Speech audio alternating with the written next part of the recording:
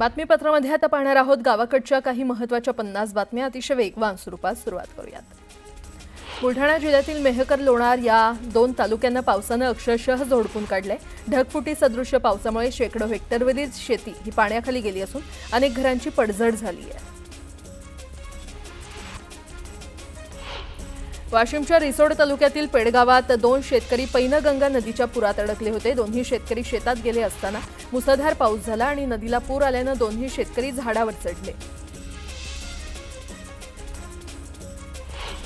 विदर्भात पावसानं चांगलाच वेग घेतला. नागपूर शहरात गुरुवारी सकाळपर्यंत 32.4 मिलीमीटर पावसाची नोंद झाली, तर वाशिमच्या मालेगाव भागात सर्वाधिक 145.1 मिलीमीटर पावसाची नोंद झाली आहे. राज्यात आतापर्यंत 56 लाखांहून अधिक हेक्टरवरील पेरणी पूर्ण झाली असून सरासरी क्षेत्राचे हे प्रमाण 39% आहे. सर्वाधिक क्षेत्र असलेल्या सोयाबीनची 45% अर्थात 21 लाखांहून अधिक हेक्टरवर पेरणी झाली. 18 लाख हेक्टर अर्थात सरासरीच्या 43% क्षेत्रावर कापसाची पेरणी झाली आहे. हवामान खात्यानं महाराष्ट्रातील अनेक जिल्ह्यांसाठी मुसळधार पावसाचा इशारा जारी केलाय. रायगड जिल्ह्यासाठी ऑरेंज अलर्ट जारी करण्यात आलेला आहे, तर मुंबई, ठाणे आणि पालघर या जिल्ह्यांसाठी येलो अलर्ट जाहीर करण्यात आलाय. या इशाऱ्यामुळे नागरिकांना सतर्क राहण्याचं आणि आवश्यक खबरदारी घेण्याचं आवाहन करण्यात आलंय.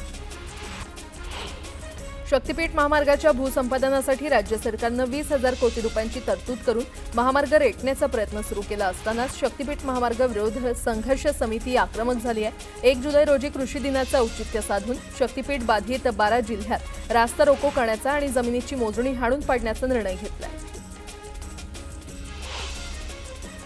मराठवाडा आणि आणखी काही दुष्काळग्रस्त भागाचं चित्र शक्तीपीठ महामार्गामुळे बदलेलं. जे विरोध करतायत त्यांनी समृद्धी महामार्गाला देखील विरोध केला होता, पण हाच मार्ग आज गेम चेंजर ठरतोय.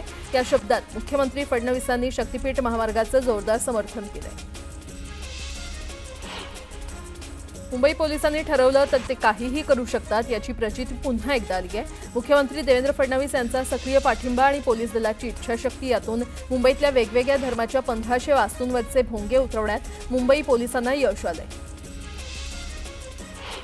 ठाणे ते बोरिवली दुहेरी बोगदा प्रकल्पाची आढावा बैठक मुख्यमंत्र्यांनी घेतली आणि या राज्यात यापुढे कुठलाही पायाभूत सोयीसुविधेचा प्रकल्प रखडणार नाही याची दक्षता घेत पुढील 3 वर्षात बोगदा प्रकल्पातील प्रकल्पग्रस्तांचं कायमस्वरूपी पुनर्वसन करावं आणि दुहेरी बोगदा प्रकल्प डिसेंबर 2028 पर्यंत पूर्ण करण्याच्या सूचना मुख्यमंत्र्यांनी केल्या. गणेशोत्सवासाठी कोकणात जाणाऱ्या चाकरमान्यांची वाट खडतर झाली आहे. महामुंबईतून कोकणात जाणाऱ्या सर्व रेल्वे गाड्यांचं आरक्षण फुल झाल्यानं गणपतीकरता गावी जायचं कसं असा प्रश्न त्यांना पडलाय. ट्रेनची ऑनलाईन तिकीट विक्री पहिल्या 3 मिनिटांमध्ये फुल झाली, तर पुढच्या तासाभरात सर्व गाड्या रिग्रेट झाल्यानं चाकरमान्यांना वेटिंग तिकीटही मिळालं नाही. आषाढी यात्रेच्या कालावधीत विठ्ठलाच्या दर्शनासाठी येणारे भाविक देवाचा प्रसाद म्हणून मोठ्या श्रद्धेनं मंदिर समितीकडून मिळणारा बुंदीचा लाडू आपल्या गावी घेऊन जात असतात. भक्तांसाठी 13,50,000 बुंदीचे लाडू बांधण्यात येत असल्याची माहिती मंदिर समितीच्या सहअध्यक्षांनी दिली आहे. पाटण तालुक्यातील सडा दाडोली पठारावर म्हावशी आणि गुजरवाडी गावचे ग्रामदैवत श्री खंडुआई मंदिरासमोर सुरू केलेला बियर बार बंद करण्याची मागणी करण्यात आली आहे. मल्हारपेठ पोलिसांकडे ग्रामस्थांनी निवेदन दिलं. उद्धव सेनेचे नेते संजय राऊत यांनी 2023 मध्ये दाखल केलेल्या मानहानी दाव्याप्रकरणी मत्स्य व्यवसाय आणि बंदरे विकास मंत्री नितेश राणे यांच्या विरोधात माझगाव न्यायालयानं अजामीनपात्र वॉरंट जारी केलं. राज्यामध्ये पहिलीपासून हिंदी शिकवण्याच्या निर्णयाला विरोध वाढत असताना शालेय शिक्षण मंत्री दादा भुसे यांनी गुरुवारी पुन्हा सारवासारव केली. पहिलीपासून नव्हे तर तिसरीपासून हिंदी शिकवण्यात येणार असून पहिली दुसरीला केवळ मौखिक शिक्षण दिलं जाणार असल्याचं ते म्हटलं. पॉलिटेक्निक अभ्यासक्रमांच्या प्रवेश प्रक्रियेला 30 जूनपर्यंत मुदतवाढ देण्यात आलेली आहे, अशी माहिती तंत्र शिक्षण संचालनालयाचे संचालक विनोद मोहितकर यांनी दिली आहे. या अभ्यासक्रमासाठी यंदा विक्रमी अर्ज आले आहेत आणि ही प्रवेश प्रक्रिया 20 मे पासून सुरू झाली होती. 11वी प्रवेशासाठी तारीख पे तारीख सुरूच आहे. विद्यार्थ्यांना अलॉट झालेल्या महाविद्यालयांची यादी 26 जूनला लागणार होती, मात्र शिक्षण विभागाच्या संकेतस्थळात 6व्यांदा तांत्रिक बिघाड झाल्यानं प्रक्रिया पुन्हा थांबवण्यात आली. आता ही यादी 30 जूनला लावणार असल्याचं केंद्रीय प्रवेश समितीनं जाहीर केलं. राज्यात आयटीआय प्रवेशासाठी एकूण 2,16,281 विद्यार्थ्यांनी नोंदणी केली आहे. खासगी आणि सरकारी मिळून 1,007 औद्योगिक प्रशिक्षण संस्थांसाठी 26 जूनपर्यंत नोंदणी करण्याची मुदत होती. त्यात नोंदणीपैकी 93% विद्यार्थ्यांनी अर्ज पूर्ण भरलेत.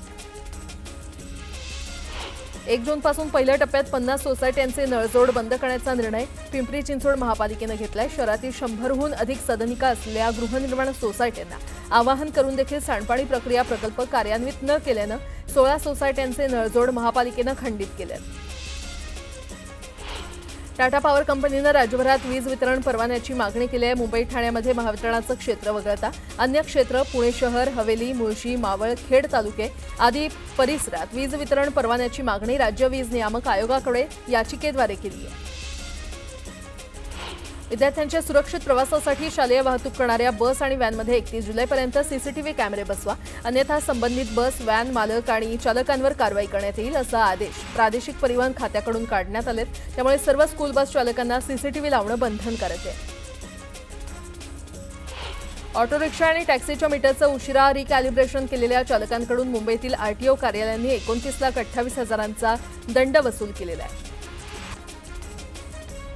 बांधकाम कामगारांच्या बोगस नोंदणी आणि त्यांच्या नावावर पैसे लाटणाऱ्या दलालांचा सुळसुळाट झाल्याच्या तक्रारी आल्यानंतर असे गैरप्रकार रोखण्यासाठी प्रत्येक जिल्ह्यात एक दक्षता पथक नेमण्यात येणार असून पथकामार्फत विशेष तपासणी मोहीम 10 जुलैपर्यंत राबवली जाईल अशी माहिती कामगार मंत्री आकाश फुंडकर यांनी दिलेली आहे. पहलगाममध्ये झालेल्या भीषण दहशतवादी हल्ल्याचा उल्लेख 10 देशांनी संघटना असलेल्या शांघाय कोऑपरेशन ऑर्गनायझेशनच्या संयुक्त निवेदनात नसल्यानं त्यावर स्वाक्षरी करण्यास संरक्षण मंत्री राजनाथ सिंह यांनी नकार दिला.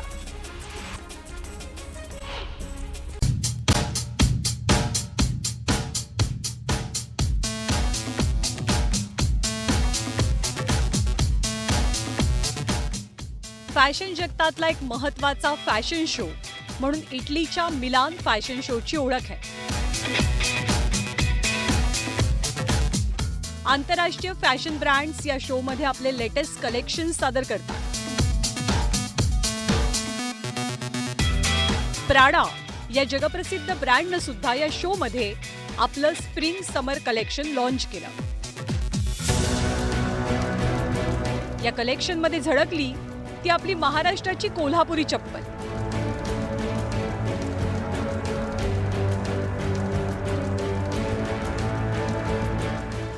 पण त्यावर प्राडाचं नाव होतं आणि त्याला लेदर सँडल असं नाव देण्यात आलं.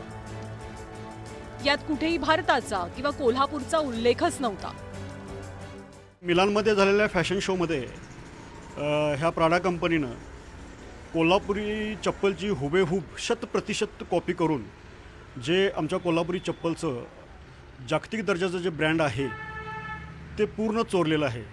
सेंट्रल गव्हर्नमेंट असेल, केंद्र सरकार, महाराष्ट्र स्टेट गव्हर्नमेंट असेल आणि संबंधित विभागातले हस्तकलेचे जे काही मंत्रालय असतील त्याच्यावर त्या प्राडा कंपनीवर त्वरित त्यांनी कारवाई करावी. कोल्हापुरी चपला या केवळ पादत्राणं नसून पारंपरिक कौशल्य, स्थानिक जीवनशैली आणि ऐतिहासिक वारशाचं प्रतीक म्हणून जगभरात ओळखल्या जातात. अशा वेळेला प्राडानं त्याची हुबेहूब कॉपी केली असून अवघ्या 700 ते 1000 रुपयांमध्ये मिळणाऱ्या चपला लाखो रुपयांना विकल्या जाऊ लागल्या. त्यामुळे सोशल मीडियावर नेटकऱ्यांनी संताप व्यक्त केलाय. प्राडानं पारंपरिक भारतीय उत्पादनाची डिझाईन कॉपी केली, त्याला स्वतःचं नाव दिलं, अव्वाच्या सव्वा किमतीत विकून मोठा नफा कमवला. पण जे कारागीर पिढ्यानपिढ्या या चपला घडवतायत, ज्या कोल्हापूरची ही ऐतिहासिक आणि सांस्कृतिक ओळख आहे, त्यांना मात्र थोडंसंही श्रेय देण्यात आलेलं नाहीये. प्राडानं एक प्रकारे भारताचा आणि भारताच्या हस्तकलेचा अपमान केल्याची भावना निर्माण झाली आहे. कोल्हापुरी चप्पलचा ब्रँड वाचवण्यासाठी राज्यसभेचे खासदार धनंजय महाडिक यांनी मुख्यमंत्री देवेंद्र फडणवीसांना एक पत्र लिहिलं. कृष्णराज महाडिक यांनी शिष्टमंडळासह मुख्यमंत्र्यांची भेट घेत हे पत्र सादर केलं. हजारो कोटी रुपयांचा नफा कमवणाऱ्या प्राडा कंपनीनं कोल्हापूरवासियांना रॉयल्टी द्यावी अशी मागणी या पत्रातनं करण्यात आली आहे. कोल्हापुरी चप्पल हे जिओग्राफिकली त्याला आयडेंटिफिकेशन असणार एक चप्पल आहे. त्याचा GI टॅगचा एक स्वतःचा नंबर आहे. त्यामुळे कुठलाही ब्रँड असा तो डिझाईन घेऊन स्वतःचं ब्रँडिंग करून ते विकू शकत नाही. त्यामुळे आज आम्ही मुख्यमंत्री महोदयांची भेट घेतली आणि त्यांना हे निवेदन दिलं. खासदार धनंजय महाडिक साहेबांच्या माध्यमातून संपूर्ण कोल्हापूरकरांकडून हे निवेदन होतं की ह्या ब्रँडवरती कारवाई झाली पाहिजे. पण ज्या चपलेवरनं हा सगळा वाद रंगलाय त्या कोल्हापुरी चप्पलचा इतिहास पाहूया. कोल्हापुरी चप्पल एक सांस्कृतिक वारसा, 13व्या शतकापासून कोल्हापुरात चप्पल निर्मितीचा इतिहास आहे. राजा बिजवल आणि त्यांचे मंत्री बसवण्णा यांच्या काळात कारागिरांना प्रोत्साहन देण्यात आलं. शाहू महाराजांच्या काळात या चप्पलांचा व्यावसायिक विस्तार झाला. ही चप्पल पूर्णपणे हँडमेड असते, ती हातानं बनवली जाते. कोणत्याही 2 कोल्हापुरी चपला या एकसारख्या नसतात. या चपलांसाठी नैसर्गिक रंगांचा वापर होतो. तसंच हिरडा आणि चुन्याचाही वापर केला जातो. त्यामुळे या चपला अतिशय आरामदायी असतात.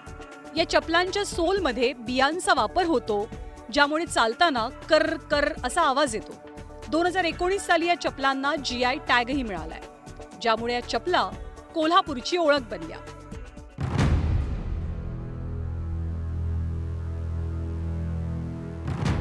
कोल्हापुरी पायताण ही केवळ एक चप्पल नाहीये, तर ती प्रत्येक कोल्हापूरवासियासाठी आणि महाराष्ट्रासाठी शान आहे. या चपलेमुळे कोल्हापूरची ओळख आहे. प्राडा ब्रँड अस्तित्वातही नव्हता तेव्हापासून ही चप्पल घडवण्यात येते. त्यामुळे प्राडानं एक प्रकारे कोल्हापुरी ढापण्याचा केलेला हा प्रयत्न भारतीयांना मात्र अजिबात रुचलेला नाहीये. Bureau report, news 18 Lokmat.